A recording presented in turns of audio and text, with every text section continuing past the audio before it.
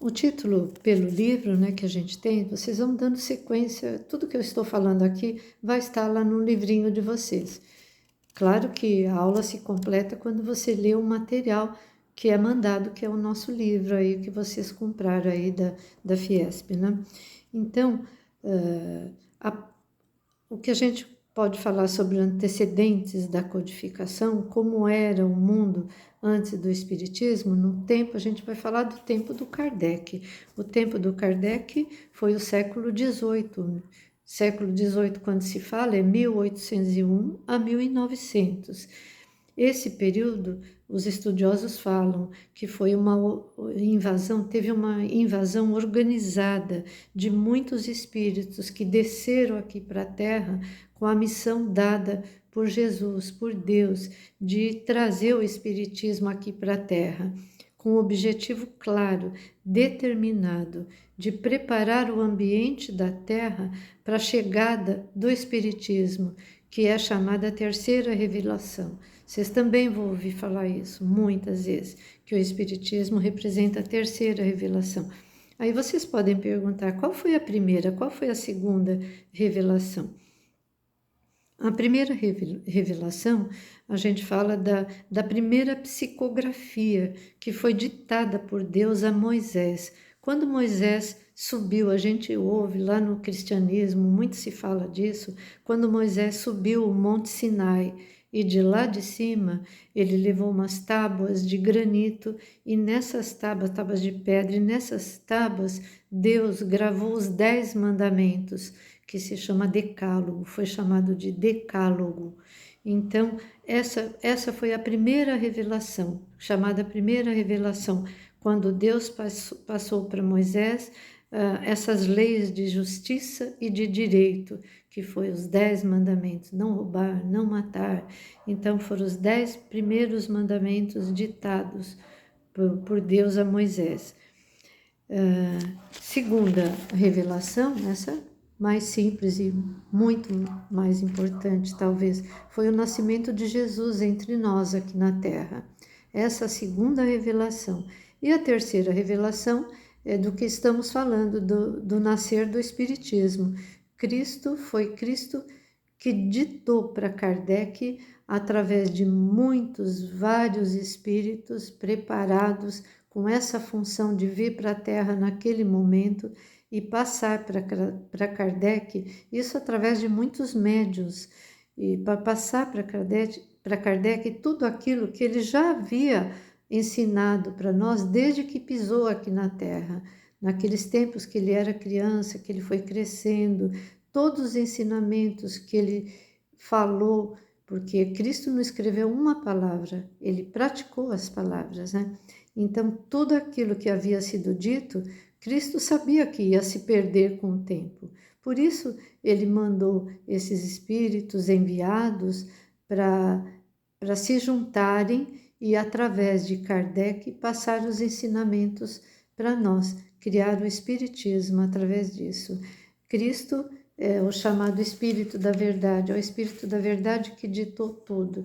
Quando vocês ouvirem falar Espírito da Verdade, é o próprio Jesus que estaria mandando o recado aí para Kardec. Ainda nesse item, a gente sabe que os fenômenos espíritas, eles existem, sempre existiram, desde a antiguidade, né? Tanto entre os selvagens como entre os civilizados. Os selvagens chamavam de nomes diferentes, né? Eles adoravam o sol, a lua, mas já eram fenômenos que ocorriam naquele tempo que eles viam seres diferenciados, né? Então, o fenômeno espírita é muito antigo, desde que o homem existe. Sempre existiu essa relação da alma encarnada aqui na Terra com as forças ocultas. A gente já está falando do ambiente para a chegada da terceira revelação, né, que estava sendo preparado, e o marco inicial para a história do Espiritismo foi o chamado fenômeno das mesas girantes, que aconteceu na França, junto com outros fenômenos também produzidos em outro lugar, como nos Estados Unidos, das irmãs Fox, né? E tantos outros fenômenos em muitos lugares da Terra. Nessa época, gente, nesse período, que a gente já falou que foi uma verdadeira invasão organizada com o objetivo de trazer o Espiritismo, de eclodir o Espiritismo aqui na Terra, a gente pode dizer que são fenômenos que aconteceram de polo a polo. A gente sabe a Terra, Polo Norte, Polo Sul, então são fenômenos que aconteceram em vários países do mundo afora, e no mesmo tempo em vários países. E Kardec estudou todos eles. Eram pessoas muito categorizadas, sábios, que vinham explicando, falando, recebendo outros espíritos, e sempre nesse mesmo período, né? E daí não foi alguma coisa privilegiada dos Estados Unidos, privilegiado do Brasil, não. São fenômenos que ocorreram no mundo todo sobre espíritos que estavam chegando à Terra. Sobre as mesas girantes, junto com as irmãs Fox, né? Quando essas irmãs Fox se reuniram, fala o Evangelho segundo o Espiritismo, né? Que apareceram muitos médiuns importantes nesse período, junto com o caso das irmãs Fox aí. Houve essa invasão de espíritos que se manifestavam mesmo através dos médiuns. E sobre as mesas girantes, que vocês vão ouvir muito falar disso, eram mesas que se moviam em todos os sentidos, giravam forte e se elevavam no ar alcançando o teto. Imagina uma coisa dessa naquele tempo. Isso tudo já era um recado do alto, né? Despertando-nos para falar sobre a imortalidade da alma, que era o advento mesmo do Espiritismo, porque mesa é objeto, objeto não pensa, objeto não fala, e as mesas respondiam perguntas através de batidas, as mesas subiam e desciam. Então, esse magnetismo todo, Kardec, quando assistiu uma dessas sessões, sabia que havia uma lei aí, que as mesas não podiam falar, coisas não falam, objetos não falam, que haviam espíritos, havia alguma coisa atrás comandando aquela movimentação toda. E daí o espiritismo começou mesmo a ser estudado. Hippolyte Léon Denisard Rivail, que é o nosso Allan Kardec, ele tinha 50 anos, era francês, educador, professor, de muitas qualidades moral e intelectual. Talvez por isso mesmo ele fosse escolhido por Jesus para encabeçar toda a mudança. Ele interessou-se em estudar o magnetismo, foi aluno de Pestalozzi, né? E soube das mesas que dançavam, batiam, pulavam, respondiam perguntas. Ele viu que havia uma nova lei que precisava ser estudada através daquilo. Ele publicou o Livro dos Espíritos, que foi uma pedra fundamental do Espiritismo e era resultado de todo o trabalho de pesquisa dele em cima desses fenômenos que estavam ocorrendo. O formato do Livro dos Espíritos era um formato que ele escolheu, Allan Kardec, de perguntas e respostas, no mesmo viés pedagógico do Ramatiz, né, que é um outro muito conhecido, né, um outro teórico espírita muito conhecido no mundo todo. Sempre perguntas e respostas, que era a forma mais fácil de se aprender. Kardec, a gente já falou, fez parte da equipe pedagógica comandada pelo Espírito da Verdade. O Espírito da Verdade, que eu já disse para vocês, era o próprio Cristo. E o trabalho do Kardec continuou com base nas experiências dele de tudo isso. Sobre espiritualismo e espiritismo, Kardec fala isso, espiritualismo é alguma coisa que é diferente de materialismo. Ou uma pessoa é materialista ou ela é espiritualista. Materialista é aqueles que afirmam que não há mais nada no mundo e na vida além da matéria.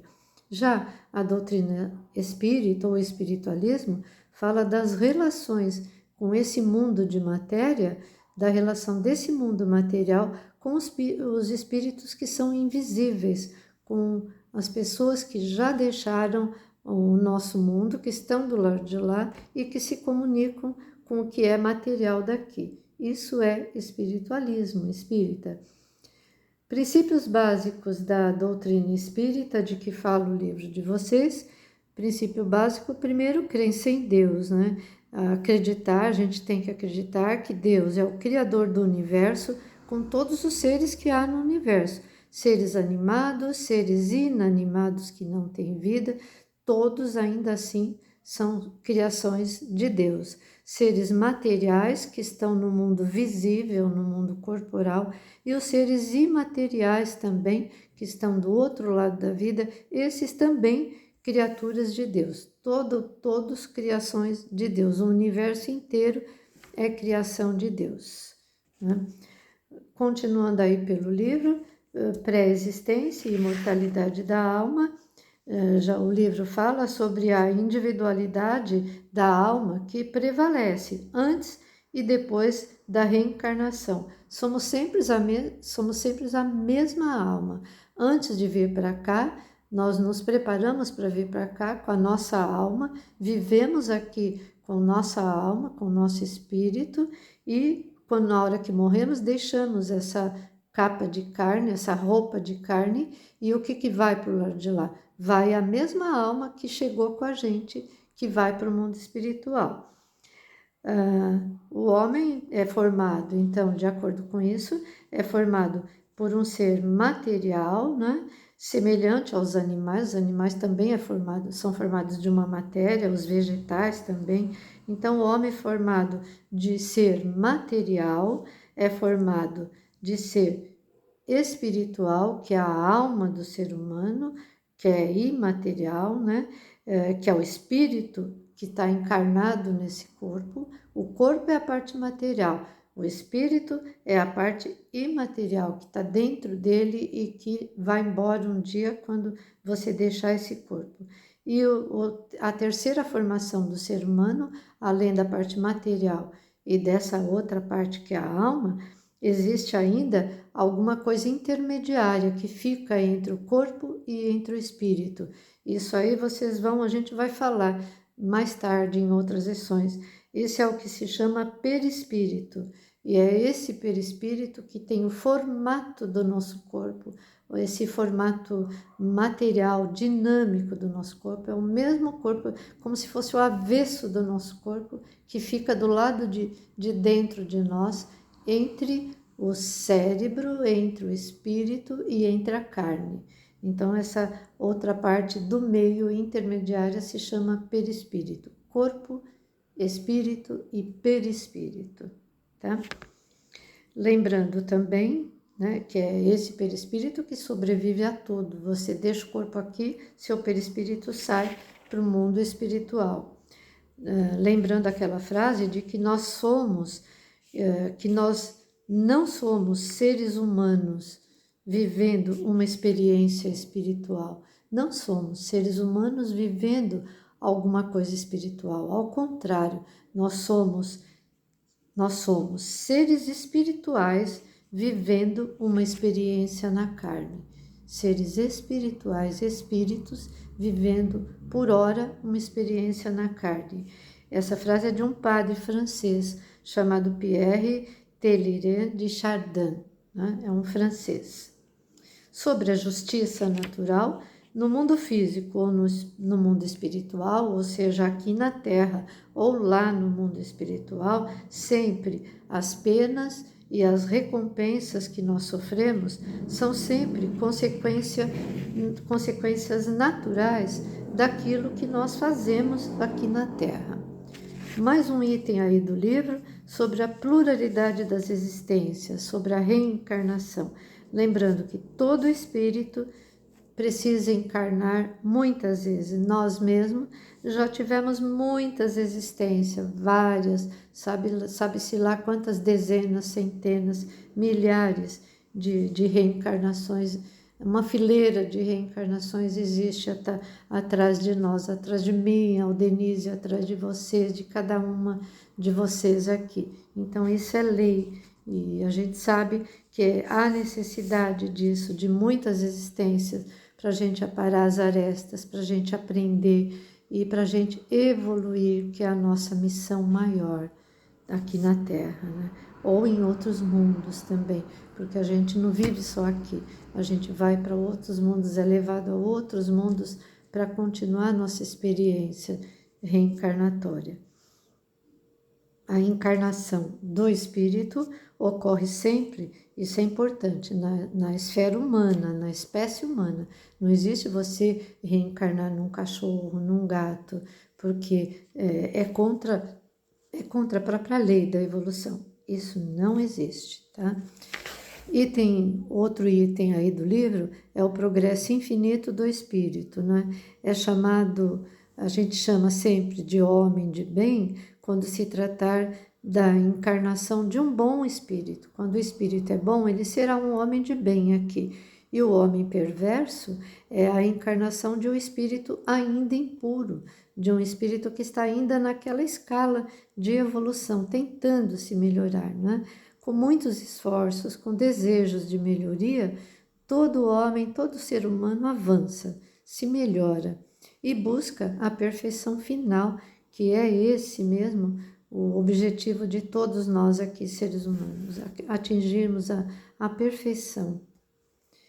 Outro item, pluralidade dos mundos habitados, sobre os espíritos encarnados, lembrando que eles podem habitar, já falamos agora, eles podem habitar diferentes globos do universo. Não foi o Cristo que falou? Há muitas moradas na casa do Pai. A casa do Pai é o universo. Há muitas moradas na casa do Pai. A Terra, o planeta Terra, é só uma das moradas.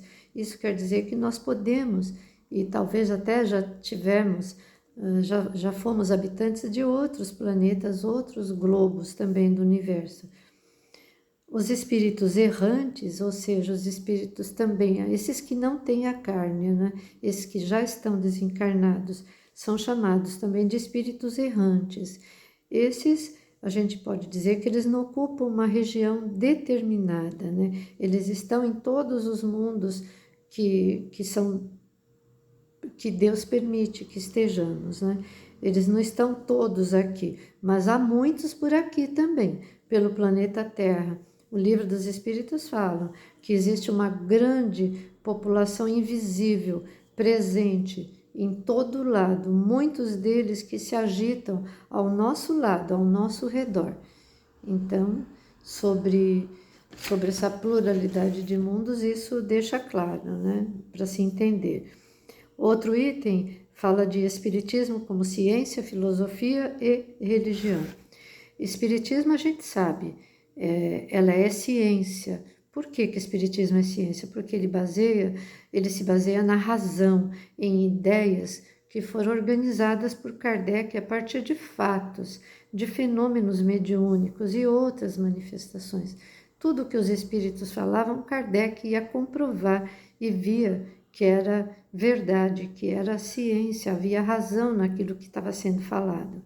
Ele usa para isso, Kardec, um método experimental, falando que não existe sobrenatural no espiritismo, que tudo pode ser comprovado. A mensagem do espiritismo, já falamos, chegou assim de polo a polo, de um canto a outro do planeta Terra, sem privilégio de dizer que chegou para os americanos, que chegou para os franceses ou para os ingleses, não. Ele chegou em vários pontos do mundo todo, de cima a baixo.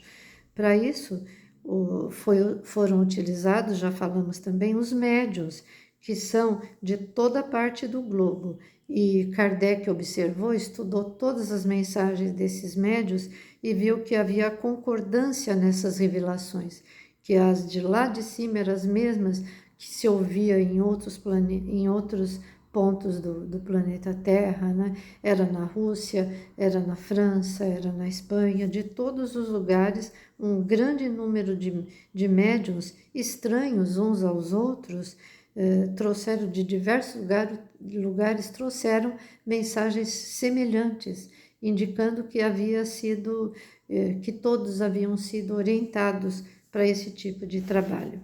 Espiritismo é filosofia. O que é filosofia? É método de vida. Você escolhe a filosofia que você quer seguir, ou seja, um método de vida que você quer ter para você.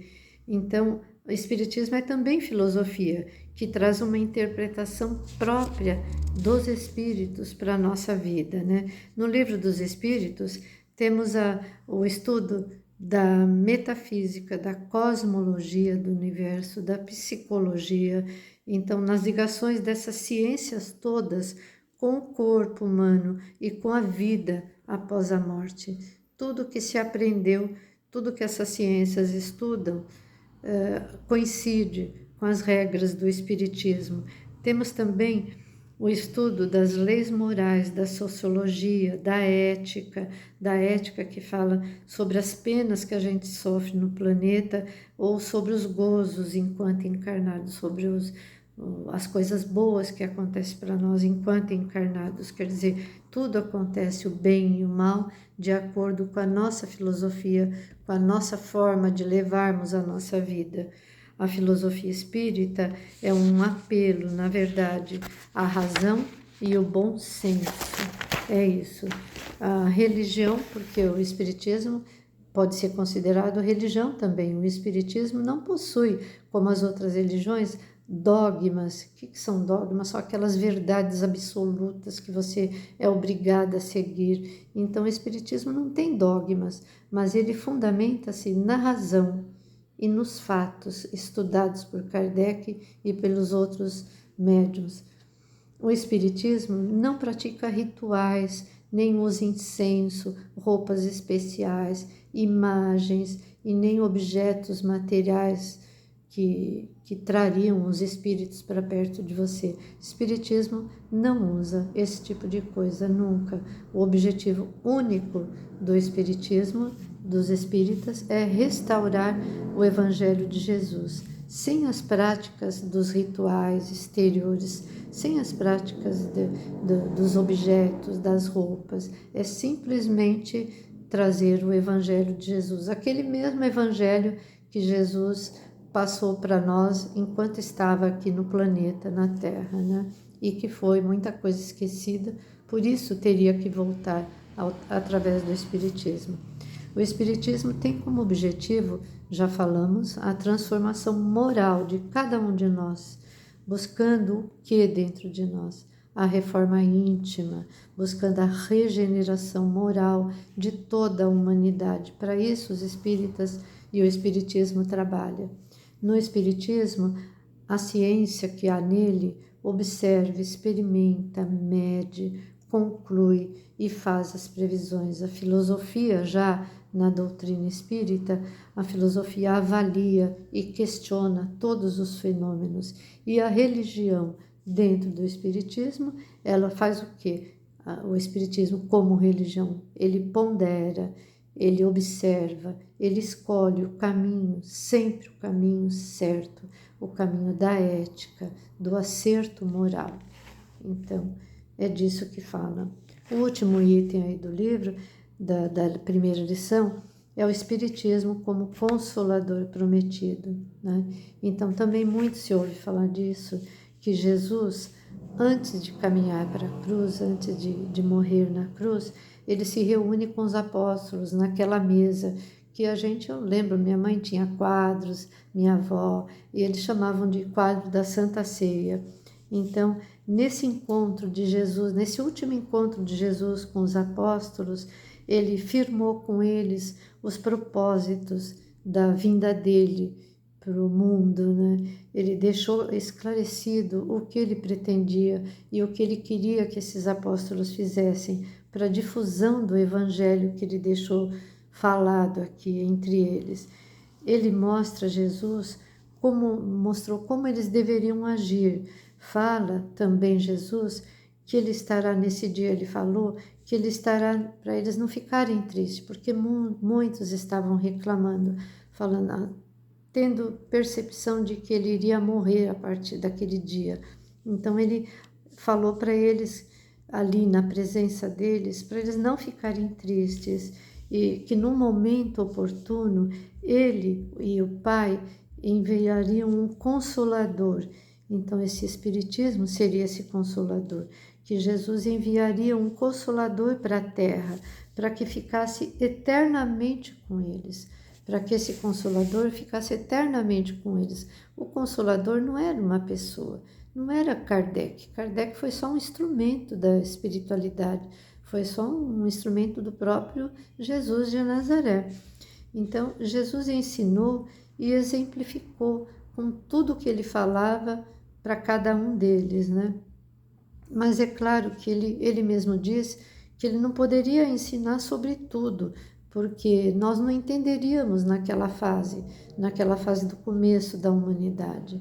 Então, lá naquele encontro da Santa Ceia, onde ele foi traído, inclusive, ainda assim isso não importa. Importa, ele passou tudo o que ele queria passar, mas ele fala que não conseguiu deixar tudo, que ele deixaria só com o passar do tempo. Então, no século XVIII, que foi o ano da chegada do Espiritismo, quando a humanidade já estaria mais evoluída, moral e espiritualmente, aí a humanidade estaria preparada para os novos conhecimentos de Jesus. Então, isso aconteceu exatamente nesse século XVIII, quando começou a pipocar várias mensagens de vários pontos do globo, ensinando sobre a doutrina de Jesus, trazendo de volta a doutrina pura de Jesus, enquanto ele pisou nos momentos que ele pisou aqui no mundo. Nesse tempo, então, a gente já falou que uma onda de espíritos invadiu a Terra, relembrando ensinamentos de Jesus e ensinando as coisas do céu e da terra, né? Do jeito que ele fez lá naquele tempo.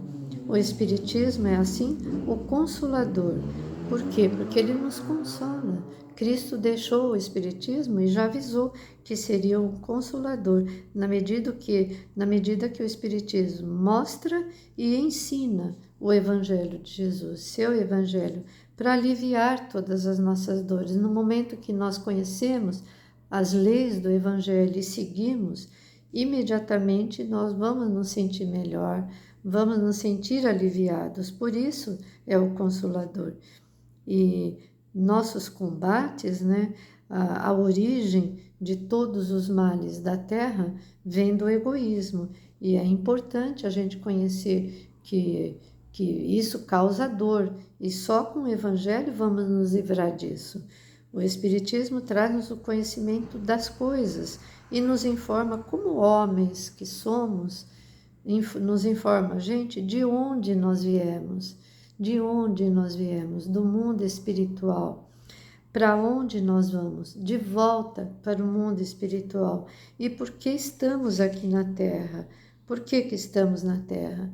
Para apararmos arestas, para corrigirmos todo o mal que nós tenhamos feito em nossas outras existências, em nossas outras vidas. Consola-nos assim o Espiritismo, consola-nos pela fé e pela esperança, sempre, né? Então, a gente vê que essa foi a lição mais importante trazida pelo Evangelho de Jesus, né? A esperança em dias melhores. Vocês vão ouvir muito falar também na palavra Paráclito, né? Paráclito, que vem do grego, é uma palavra grega, que em português significa consolador. O Espiritismo é tratado também no livro, nos Evangelhos, como Paráclito, que quer dizer como consolador, como defensor. O Espiritismo como guia, como um Espírito verdadeiro, como Espírito Santo.